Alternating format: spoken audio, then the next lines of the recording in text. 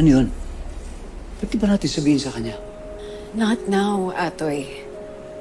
Naalala ko nung sinabi ko sa kanya na ako yung mommy niya. Naguluhan siya.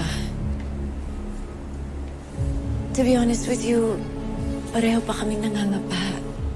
Kaya please, wag mo na ngayon. Please. Kailan? Soon. I promise. Makikilala ka rin niya bilang tatay niya.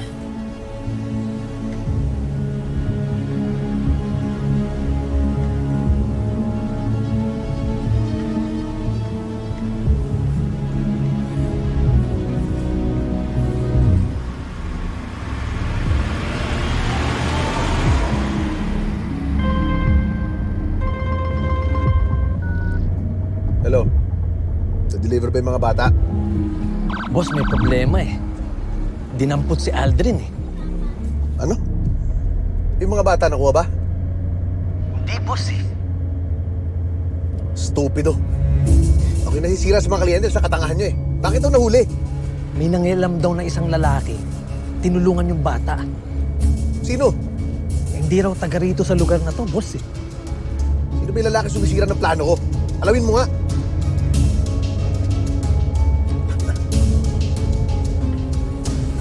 Kasi at saka mahirap paniwalaan yung sinasabi mo, ha?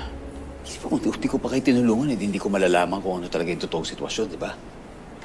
You just have to trust me. Kapag nakauwi na si Janine, pwede tayo magkita sa weekend. I'll text you. Excuse me, nurse. Hinahanap po ang aking apo.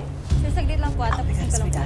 Janine ang pangalan niya. Ang kanya, ayoko na maraming tanong. Please, umalis ka muna. Di ba ako ready na pag-usapan yung dugo sa atin? Go.